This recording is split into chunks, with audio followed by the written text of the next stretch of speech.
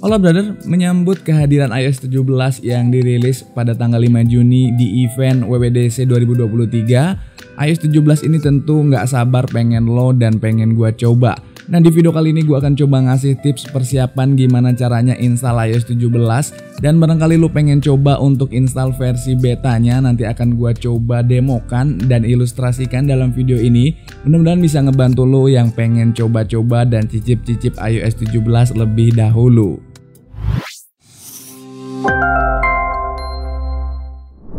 Di channel ini gue bahas iDevice dan iOS. Kalau lo punya minat yang sama, langsung aja aktifin tombol subscribe. Oke, sebelum melakukan update ke iOS 17, ada beberapa poin penting yang harus lo lakuin dulu untuk keamanan sistem di iPhone lo. Yang pertama adalah lakukan backup ke iCloud lo.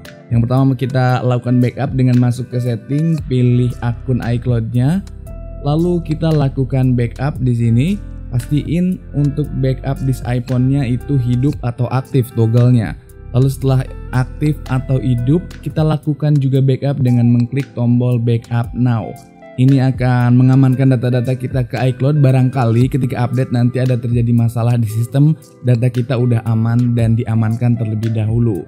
Ini merupakan tindakan preventif yang sangat amat kita sarankan dalam proses instalasi iOS.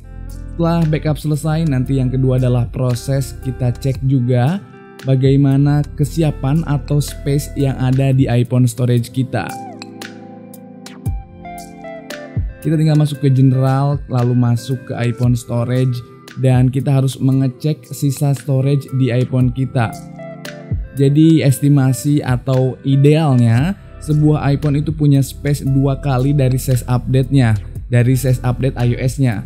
Misalkan size update iOS 17 di iPhone lo nanti itu adalah 5GB, maka seenggaknya kita harus punya space 10GB di iPhone kita. Ini penting banget demi kelancaran dan kesuksesan proses instalasi iOS.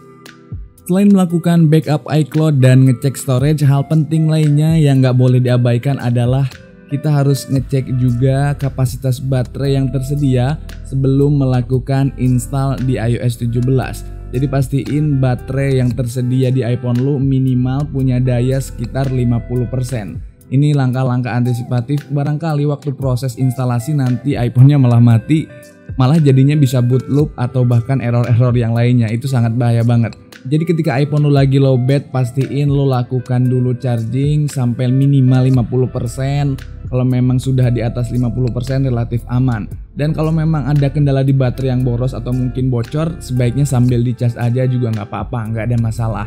Demi kelancaran proses instalasi nantinya.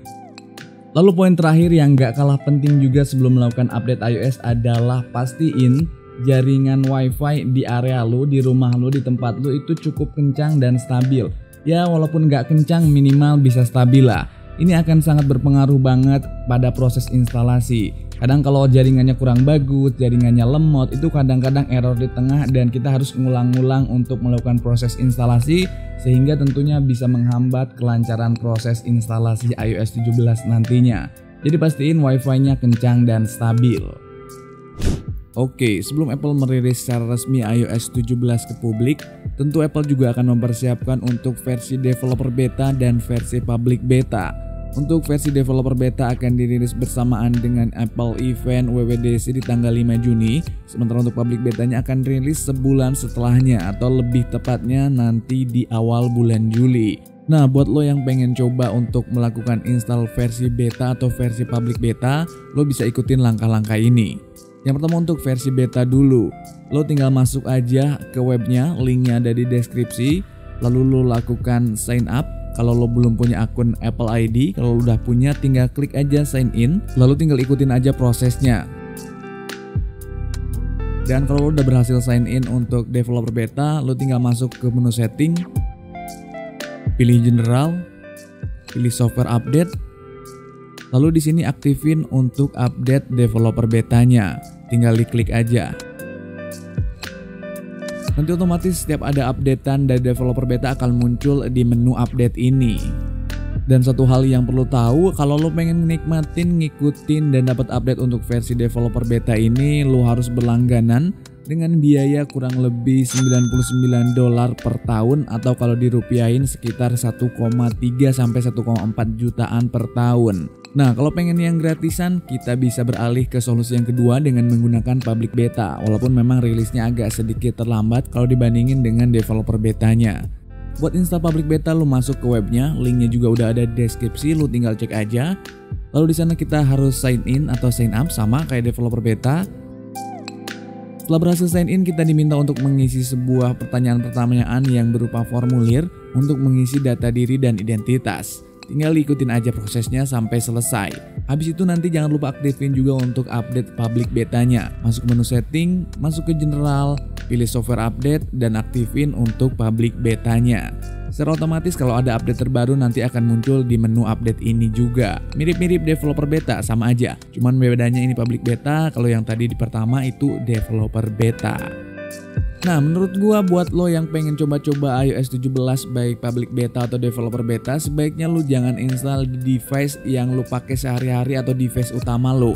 Karena yang namanya public beta atau developer beta itu tetap aja masih beta version yang mungkin aja banyak bugs-bugs, banyak kendala-kendala, banyak error-error. Kalau lo install di device utama lo, di iPhone utama yang lo pakai buat daily driver, bakal ngeganggu aktivitas daily lu. Kalau lu cuma ada satu-satunya iPhone, ya jangan diinstal, tunggu official aja sebaiknya. Oke, itu aja informasinya, mudah-mudahan bermanfaat. Thank you for watching. I'll see you. Bye bye.